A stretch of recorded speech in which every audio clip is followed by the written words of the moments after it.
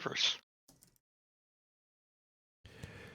Well, I got to the bottom of my sound problem, and then that happened. So we're back.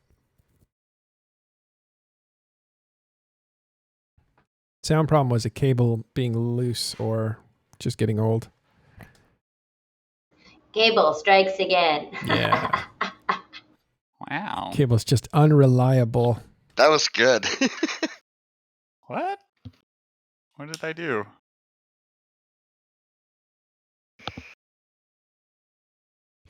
Okay, so that is... Well, we didn't come back on just to go off again. Is there any other topics you guys wanted to bring up? Any questions?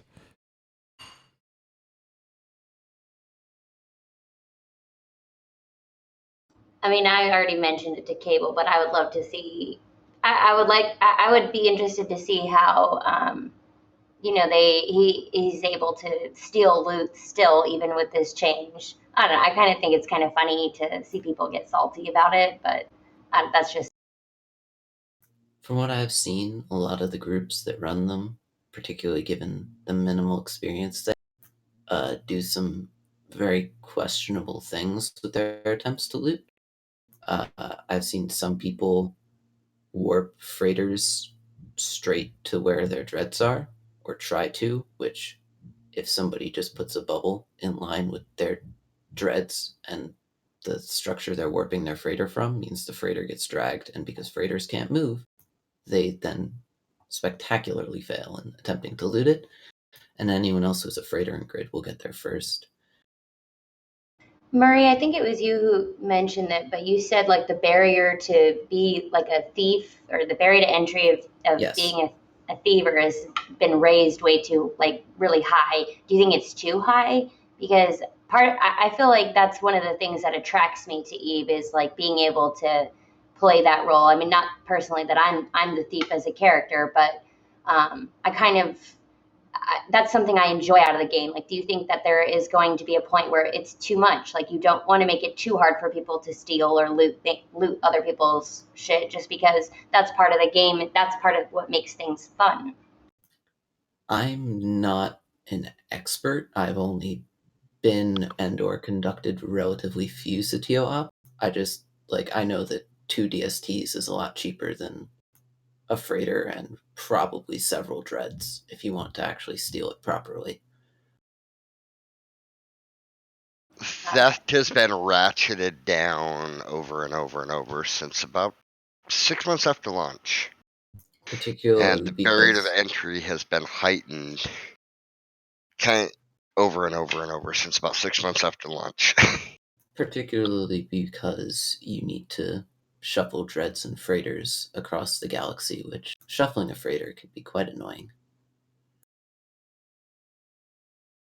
depending on what you're trying to steal.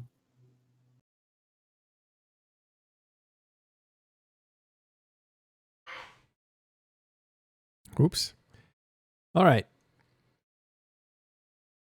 So we're going to wrap that topic up. I think we got to the bottom of it. There's definitely a video on how things used to happen. I think Cable has adapted, if I'm not mistaken, to the changes. The innocent question that came up was, Cable, do you like it the way it was, or do you like it the way it is now? That wasn't the question, man, at all. That was the question. You said, what do you think of the changes? It wasn't. What was the question? The question So was... you didn't even get the result. What is it, Billy? Matherall, ruining your own show. Yeah, let's not go back. All right. But just correct the question. The overall question was, would I agree that it was better now than it was before, I think. Yeah. And my answer to that was no. Okay, done. And then we had some... No, because you think it wasn't broken in the first place, or no, because you can't take a bunch of loot easier? No, because I think it's worse than it was before. It was broken, and it still is broken. I think the overall mechanic is bad, and it could far be improved. But it's worse than it was before, in my opinion. Well, I think my summation of the question wasn't very far off. Thank you very much. It was, but, okay. You're around it, but All right, a little off. And again, the reason for was an so hour much ago. contention surrounding this issue is because the loot that we're discussing is the biggest single jackpot in the game. It's the juiciest single thing that you really want to be chasing after. Yeah, but he could sell it and someone else could buy it. So there's still Oh, an but opportunity. he does. He does. You get I- if you want to buy those I things, you thought buy we them were from Cable. Not rehashing it. Here we go again. No, we're not going. We're not going back. No, this was a bookend. What's the question? Let's. Mm, The question is, what's the question? yeah. Finally, Dirk is waking up. How many pots of coffee you been through?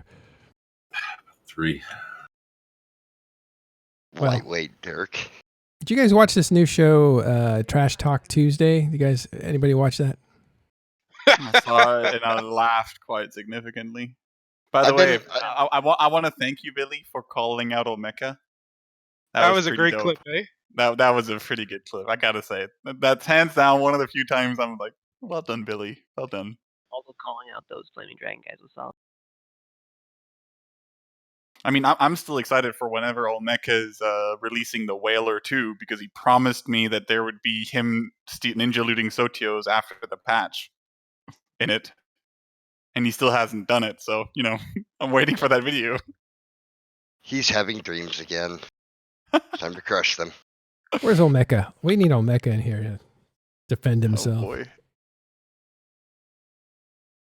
Anyway, yesterday we were having a little happy hour. Dirk McGurk and I and a guy named Naz. Happy hour, every day. Yeah, we're in quarantine. quarantine. It's Exactly. Hello? It's Wake easy. up, open a beer. Yeah, we should switch this to quarantine in stations. That was cool. That lasted for 6 hours, 7 hours.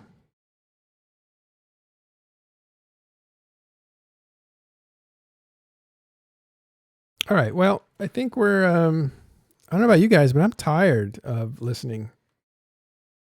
Are you guys tired of talking yet? Are you telling Billy to shut up? What's wrong with you, Matterall?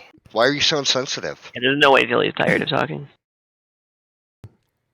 No, not Billy. He's been doing the least amount of talking. But, okay. So let's recap. Let's recap the show. No, we're not going to recap, but we will be back tomorrow. Probably a shorter show, half hour. This one is, I think we're at nearly 2.5, 3 hours. Are we expecting any news out this week? No, I was kind of holding out for something, but I'm not expecting anything. Are you? Did you know anything? Are you expecting a dev block to get this as soon as you turned off the stream? We're like seals. We're waiting for fish to be thrown at us. No, Expect I mean, blog get deafening silence. I expect there'll be another pulse out this week, so I'm hoping that maybe there'll be some Every sort Friday. of informational thing that sort of it's based on. Which, It can't just be killing convict again. I was going to say in terms of news, I don't know if we have any interested Echoes players, but there was an update that they are now going to be separating the servers. So we are going to have a Chinese server and then a everybody else server. So for anybody who's interested in that, they're going to start the soft launch process in summer. So if anyone's interested in taking a peek into the Echoes side, get ready because it's coming. Oh, we are all about Is that. there names for those servers? I don't know actually, and I should, but I don't know. But yeah, I was surprised because actually when I had my first interview with them way back in October at the FanFest, they were planning on keeping everybody in the same server, but I guess now they're separating the two. I think because there's some laws and restrictions in place. So The gaming laws in China are pretty significant, let's say. Not sure at Tal. Not sure why they're doing this separate. I mean, they're separating because of the law. In China, there's a lot of really, really, really strict gaming laws. I know that they're even placing like monetary restrictions on games. I know for like kids, they can only have a certain amount of like time that they play throughout the day. It's pretty. I don't know. That seems insane to me, but kind of bummed because I did have quite a few Chinese players that we were looking to have join us. So I'm sure that there will be those ones that kind of sneak into the other server. But yeah, so that's a little bit of an update. We weren't expecting that. I know, like I said, when Matterall and I interviewed him back then, that was actually one specific question I had asked, and they didn't plan on that. So that's definitely going to be a change. Is that there was 500,000 people that tried that beta for Eve Echoes earlier or later last year, and would you say that it's going to be like a lot less people that are playing because these types of games are more popular in Asia than they are here in the West? Oh no, I think the game is going to have a significant amount of players. I actually think what will end up happening is a lot of players who used to play EVE Online that kind of stopped because they got busy with life, and I wouldn't say they're like hardcore gamers, but they're dedicated, but they just, they had to adult up and do other things. They just couldn't dedicate as much time, or they're not in like those same leadership roles. I think a lot of those types of players are going to end up coming to Eve Echoes. I've already seen quite a few, previous or former Eve Online players really looking and taking more interest into Echoes just because, it's like PvP in your pocket. You can walk around. I mean, right now it doesn't matter because we're all quarantined, but when that kind of goes away, it's actually really cool to be able to go out and still be able to manage your team and do what you got to do in the game. I don't know. So if you think about it, when things do open up, it's not going to open up to like people shoulder to shoulder. People are still going to be spacing, so you can spend a lot of time alone, maybe eating lunch alone. Your mobile device is going to become a bigger part of your life than it was even before. Oh yeah, I know. I really haven't found any other game since then, and I know a lot of people. I know a lot of my team is playing EVE Online right now, or we were playing Stellaris Galaxy Command, and that probably captured my attention for about 2 months. But it's actually the same. It's Paradox who made Stellaris hired Game Bear, which is the same company that made Nova Empire, and that's kind of the game that got me introduced into this style. It's nowhere near the same complexity, but already in the first 2 months, it's just been like you start the game and it's just clear what they're doing in terms of monetizing the game.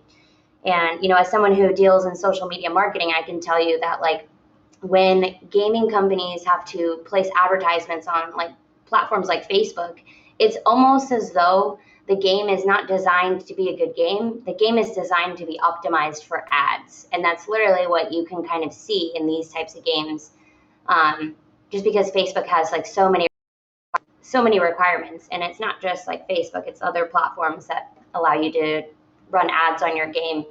But you can literally track every single step of a move that a player makes in these types of games. And so I'll be interested to see, the differences that NetEase does, because with Paradox and Game Bear, it's definitely been completely nerfed. And like I said, the game has held my attention for maybe 2 months because there's absolutely no content. There's no war, no one's doing anything.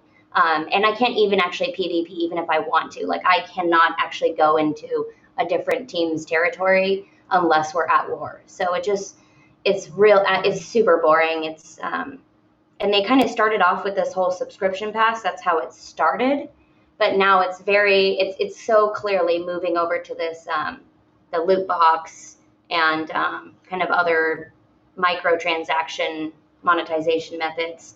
So it's, that is the biggest thing I'm kind of nervous about it. And I understand it'll probably take some time to figure out a nice sweet spot because there's definitely a huge difference between the mobile gaming sector versus, the PC gaming.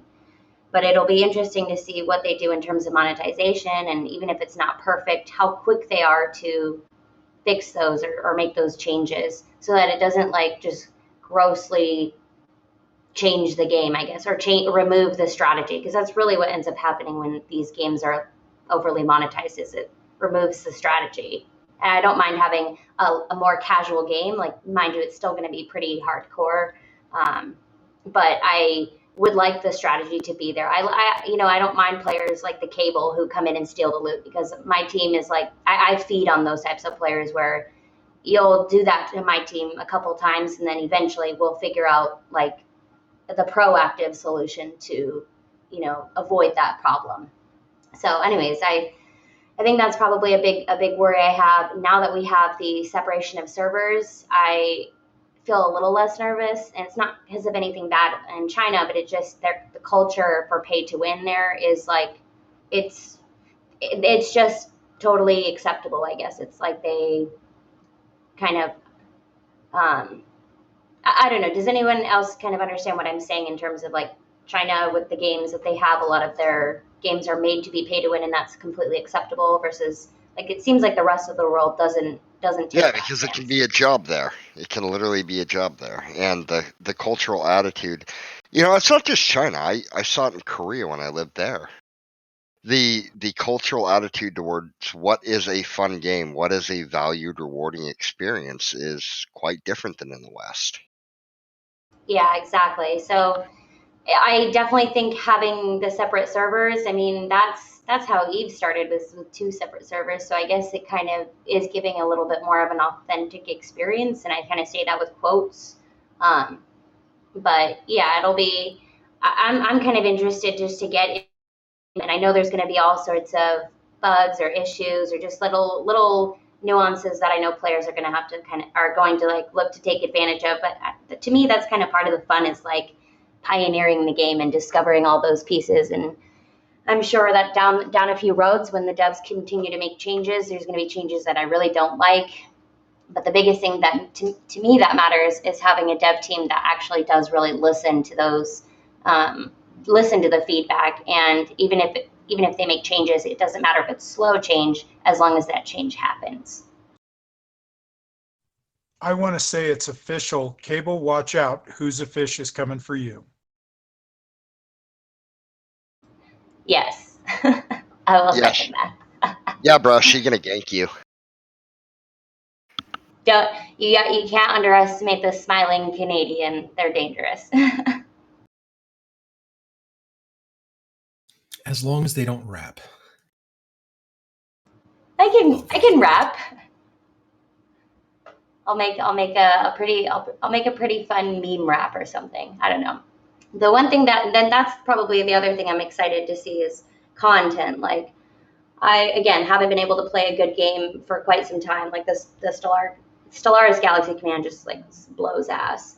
So I'm just looking forward to having a good game where my team is all excited. Like that's for me what brings me back to the game, is the team. And we have quite a bit of our team playing Stellaris, and pretty much already half of them like dropped off literally in the first month. Like that's pretty bad. Because I'm really a long haul player. Like I'll play a game even if it's mobile for years. If it means that we get great team play and that there's great content. And I feel like there's already kind of a few wars that are sparking, or a few like really large entities forming. There's one known as OP Force, and they're pretty big. Keep wanting our team to join, but I don't really want to join a bunch of random. I don't like making allies until we've gotten into the game and I've actually learned any of the mechanics. You know what I mean? It just doesn't make sense to me to just immediately jump in bed with the first couple of people who want to be your ally. People are leaving because they're afraid of you. That's okay.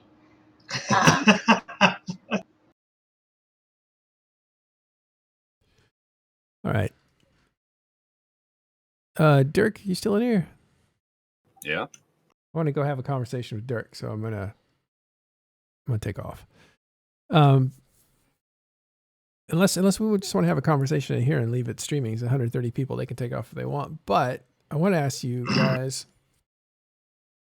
I was thinking of making TIS more open to other games. What do you guys think? Do those I agree with you. stations? Like space genre games? Yeah, mostly in the same, same genre, same interest level. Maybe Will we get discounts if we go to those TIS sponsored games? There's no TIS. Special machete. which ones are you wanting to go to? Because I mean, I want. No, just to widen it up, to bring so it's not just EVE Online. We have other places that people can talk about other games. Right now we have one channel called Other Games, and it's just all the other ones. does anyone even talk in that channel? Well, we haven't. A little bit. I mean, when you give them a channel, you give them purpose to talk. You might attract people who play other games into this server, and then they could see EVE Online or whatever the dominant game is in here. But I don't know. I'm kind of putting it out there because we've been we've been married to EVE Online this whole time, and that's fine with me. But I wanted to ask you guys what you thought. As long as I can get a Friends of Matterall t-shirt cosmetic for free in whatever game this is, I'm all for it. As long as we can roast the games that suck, then yeah, I mean, I'm down. But I already play a lot of other games. Sure, it would be probably a good idea in terms of if you wanted to meet players who have maybe been disappointed by other games that suck and might want to kind of get introduced to the EVE Online world, because it's a bit intimidating. Like, unless you know someone who's played EVE Online, it's like, holy shit, there's so much stuff going on. Right. Everybody seems like they know each other, and it's a bit overwhelming. Yeah, so I don't know. That might be a good way to meet some new potential players. Yeah, my thinking is it wouldn't draw people out of EVE to go try other things. It would be more like a place where people could take a break but still hang out with EVE players while they do other things, and also it would draw in other players that were interested, because there's now a variety of things. But I think what a great point you make, that EVE is intimidating. So maybe coming into an area that has that's not just EVE Online, intensive EVE Online, might be a little less intimidating for them to even just catch that thread that'll bring them into the game. Yeah, exactly. I mean, it would be. I feel like it would be fairly easy to explore the mobile gaming area, and immediately, I think the biggest trend you would notice is probably the big issues that mobile games have in terms of monetization. And I kind of had liked what Fonzie had mentioned about gamification, like over gamifying things, and not hoping that we don't have that happen with Echoes. But yeah, I do feel like you'd really be able to capture a lot of players who like this style of game, but just don't know that there is an area that might be better suited for them for long term. Because really, people who are playing these games, whether they like to admit it or not, it's so much a better experience when you are playing in the long haul. Yeah.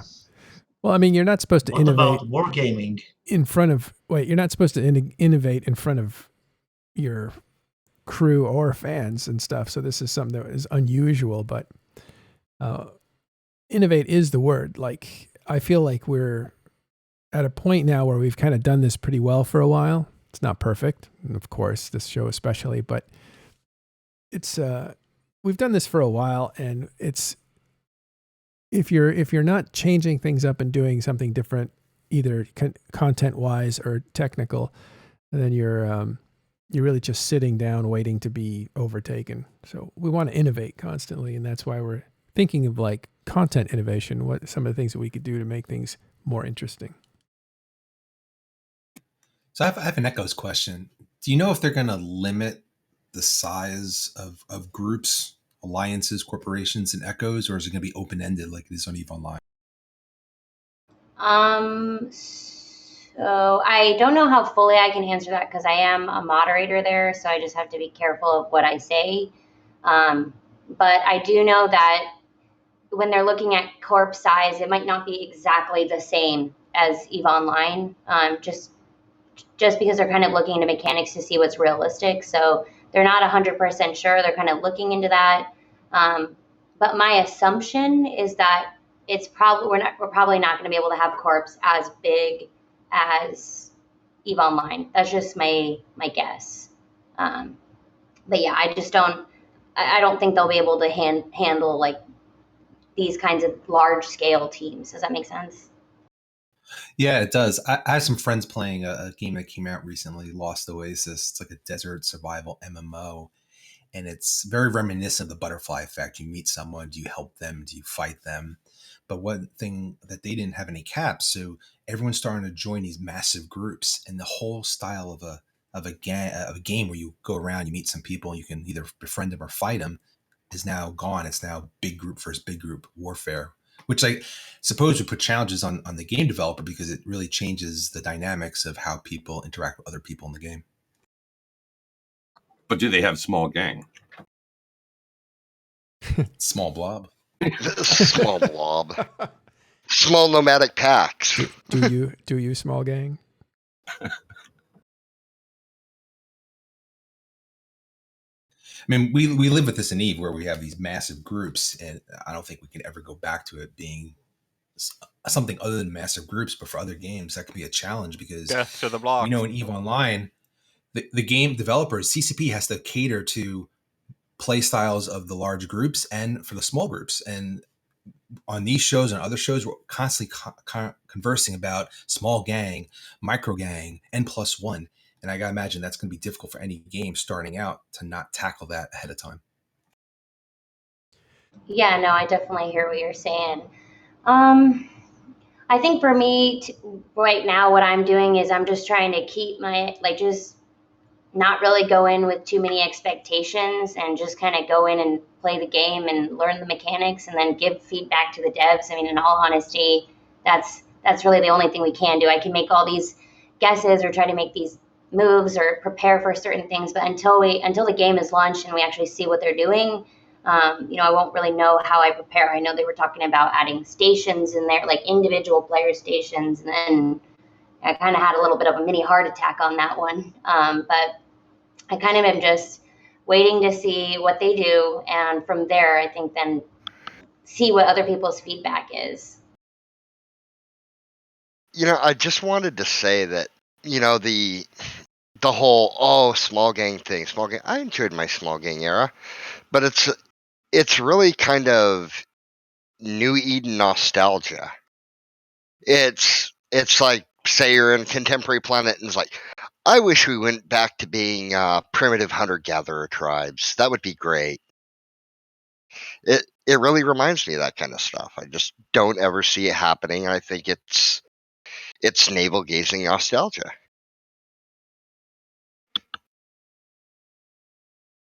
All right, or you play other games where you experience that. Yeah, like there was some magical point in the history of game X or Y that it was perfect and it was pristine and yada yada yada. Well, anyway, we're gonna civilization always comes. We're gonna definitely get into EVE Echoes for sure. At a minimum, we're definitely gonna keep those channels and start trying to build that. Yeah, I will say in terms of groups that from the other mobile games I've played that are in the space genre, a group of about 50 to 100 is a solid enough group to get what you want done or to get the job done. And then from there, a lot of times these corps will join larger alliances and, form big coalitions and whatnot. So I don't know. I'm kind of not super worried about that. We didn't even have corp mechanics in the game yet when we were playing beta. We just literally had to make everyone blue, which was a big pain in the ass. But yeah, we didn't. So we basically had no real ability to make a team or make allies. We had to just kind of work around it. But that's part of the fun. Is I feel like that's what I'm going to treasure most about the game is the beginning stages of the game where there's all these little parts that aren't necessarily complete, and that's where we get to kind of test and trial and see what works and see what doesn't. So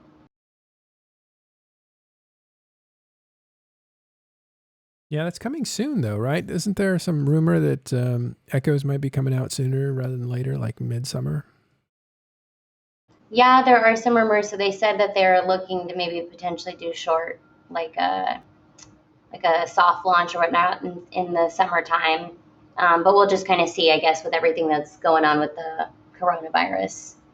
And again, for me, I'm really not wanting them to rush just because, knowing that the development takes time and whatnot, I would rather them spend a little bit more time on making a quality game. And then it's just more fun for everybody involved. I've already waited this long, may as well just kind of wait until they get something that's good enough where we can kind of then start testing. And it was really, really fun each time that they had a testing round, for alpha and beta. the devs would have a battle with us, which that was just unbelievably fun.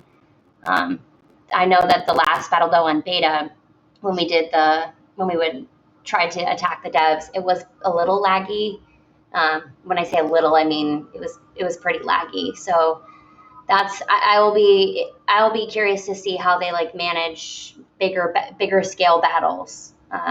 Because that was one of the biggest things that I've been like really attracted to Eve for, is just being able to have those big scale battles, and have them in a way where it's like you don't lose everything that you're building just because of like your game freezes. You know what I mean?